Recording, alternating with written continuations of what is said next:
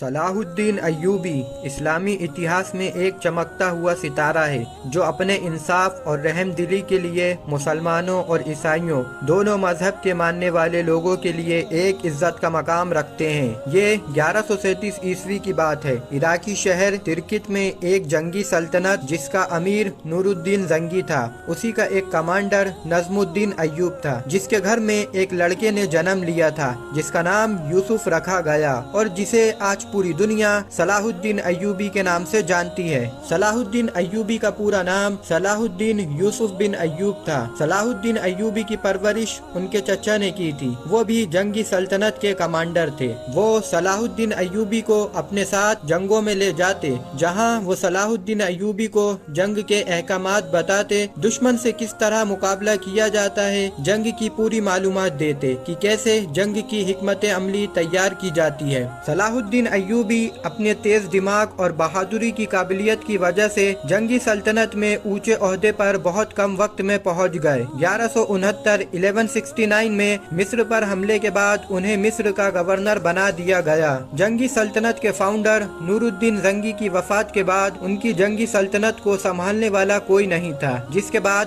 1171 میں صلاح الدین ایوبی نے ایوبی سلطنت کی بنیاد رکھی اور 1182 عیسوی تک انہوں نے سیریا، مصر، یمن، عراق، حجاز تک اپنی ایوبی سلطنت پھیلا دی۔ سلطان صلاح الدین ایوبی کی سب سے بڑی جیت بیت المقدس کو جیتنا تھا۔ حضرت عمر رضی اللہ عنہ کے دور حکومت کے دوران پہلا مسلم قبلہ جسے بیت المقدس اور مسجد اقصی کے نام سے بھی جانا جاتا ہے، اسے حضرت عمر رضی اللہ عنہ نے جیتا تھا۔ بیت المقدس مکہ اور مدینہ کے بعد تیسری ایسی جگہ ہے جس سے مسلمانوں کی خاص عقیدت ہے، کیونکہ اسلام کے آخری پیغمبر حضرت محمد صلی اللہ علیہ وسلم یہیں سے معراج شریف پر تشریف لے گئے تھے اور تمام پہلے کے پیغمبروں کی امامت کی تھی۔ لیکن پھر بیت المقدس کو کروسیڈروں نے جیت لیا تھا جو کہ عیسائی تھے، جس کے بعد سے ہی صلاح الدین ایوبی نے اپنی زندگی کا مقصد صرف بیت المقدس کو فتح کرنا بنا لیا تھا۔ 1177 عیسوی 1177 میں صلاح الدین ایوبی نے یروشلم پر اپنا پہلا حملہ کیا اور وہ ناکام رہا۔ صلاح الدین ایوبی نے اپنا دوسرا حملہ 2 سال بعد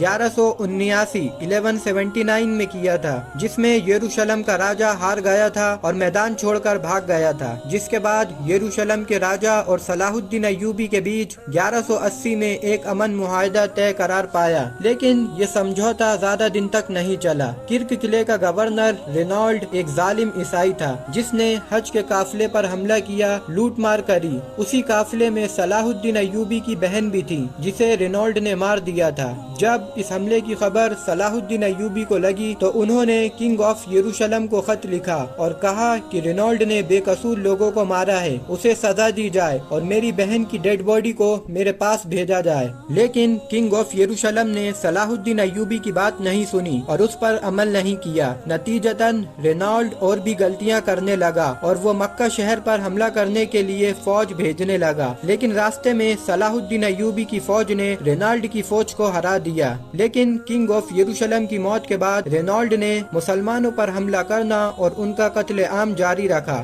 صلاح الدین ایوبی نے یہ خبر سننے کے بعد رینالڈ کو اپنے ہاتھوں سے مارنے کی قسم کھائی۔ Battle of ہتین۔ سلطان صلاح الدین ایوبی کی ہمیشہ سے ہی بیت المقدس کو فتح کرنے کی خواہش تھی۔ جب نور الدین زنگی کی وفات ہوئی تو کوئی بھی ایسا قابل شخص نہیں تھا جو اس کے بعد تخت پر بیٹھ سکے، لہٰذا تمام لوگوں نے مشورہ کر کے نور الدین زنگی کی پوری سلطنت کو صلاح الدین ایوبی کے ہاتھ میں سونپ دیا۔ سلطان صلاح الدین ایوبی کو جب تخت پر بٹھایا گیا تو ان کی عمر 21 سال تھی۔